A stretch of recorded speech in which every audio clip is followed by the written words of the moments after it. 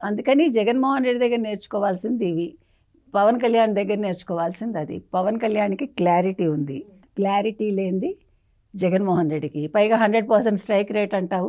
అవును వచ్చింది అంటాడు, నువ్వెందుకు ఏడుస్తావు? ఇప్పుడు 100% స్ట్రైక్ రేట్ వచ్చింది కాబట్టి విడిపోమంటావా నువ్వు పార్టీ నుంచి?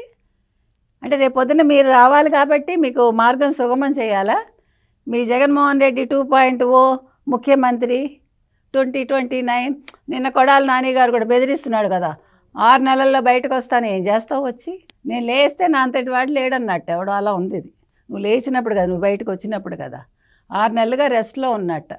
జీవితకాలం రెస్ట్ తీసుకో, బాగుంటావు.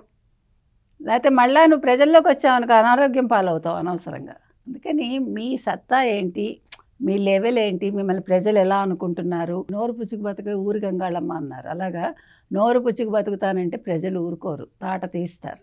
మన 11 ఇచ్చారు, ఈసారి 11 కూడా ఇవ్వరు, అది చెప్తున్నా. అందుకని ఇవాళ పవన్ కళ్యాణ్కి నువ్వు సలహా ఇవ్వద్దంబటి, నీ పన్ను చేసుకోనైనా నువ్వు జగన్మోహన్ రెడ్డి సలహాలు వింటాం మానే, ఆయనకి పని చేయటం మానే, నువ్వు బాగుపడతావు. నీ కుటుంబాన్ని చూసుకో, నువ్వు హ్యాపీగా ఉండు. ఎందుకు మనం డ్యాన్స్ చేసుకుంటే ఎంజాయ్ చేయొచ్చు కదా, ఇవన్నీ ఎందుకు మనకి రాజకీయాలు?